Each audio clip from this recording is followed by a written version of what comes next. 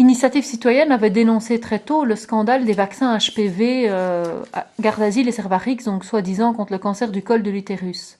Qu'est-ce qu'on peut dire par rapport aux pays étrangers? Est-ce que des pays ont suspendu leurs recommandations? Est-ce que d'autres continuent à le recommander avec force? Qu'est-ce qu'on peut dire? Mais moi, je pense que déjà le Japon vient de stopper, je dirais, en tous les cas, de ne plus le recommander. Il est toujours présent, mais les médecins sont obligés de dire à leurs patients que le gouvernement ne recommande plus ce vaccin. Par contre, en Belgique, je pense qu'on en est encore loin, et malheureusement en France aussi. Donc, sur une des chaînes nationales en France, le président de la Fédération des médecins, donc c'est monsieur Jean-Paul Hamon, pardon, dit effectivement au sujet de ce vaccin qu'on ne reconnaît pas, qu'on ne connaît pas son efficacité, on ne connaît pas non plus sa dangerosité. Et la seule chose qui soit réellement efficace, c'est effectivement, contre le cancer du col, c'est effectivement les frottis.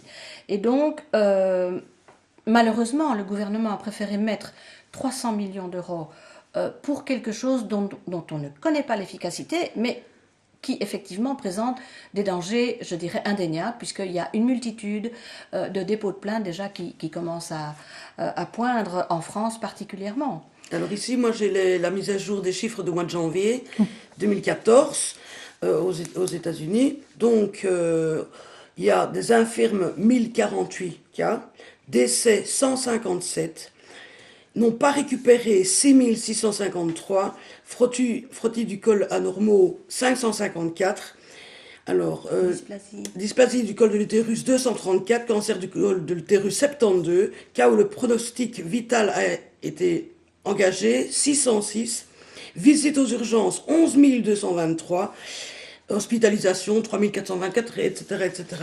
D'un autre côté, il y a aussi une étude, les résultats d'une étude financée par l'ANSM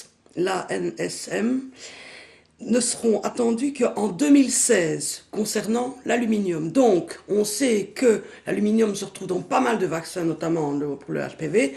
Eh bien non, là, les résultats seront on les aura en 2016. Paradoxalement, François Hollande vient de recommander massivement la vaccination HPV dans le cadre du plan cancer. Et alors la ministre Marisol Touraine dit que tout indique qu'il faut continuer. Bien sûr. Mais malheureusement aussi pour François Hollande et Marisol Touraine, moi je pense qu'en France, il y a quand même 420 médecins qui viennent de signer une pétition pour demander qu'une mission parlementaire soit mise en place pour évaluer justement les bénéfices de ce garde-asile.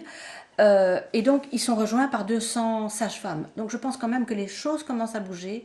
Je pense qu'il est vraiment important que le milieu médical réalise effectivement ce qui se passe et se mette, je dirais, en porte-à-faux par rapport aux choix gouvernementaux. Mais qu'est-ce qu'on peut dire par rapport à toutes les jeunes filles qui souffrent d'effets secondaires? Je pense qu'on peut les encourager à déposer plainte largement. Ben, il y a déjà plusieurs plaintes, déjà, fait, 25 en France, et je crois que les gens ne font souvent pas le lien, mais plus on en parle, plus les jeunes filles se disent « Ah, mais j'ai ce même symptôme que celle qui est paralysée à vie », et je crois que c'est l'information. Maintenant, merci les réseaux sociaux d'exister, parce qu'il y a beaucoup de communication, et des gens qui commencent à ouvrir les yeux sur beaucoup de choses.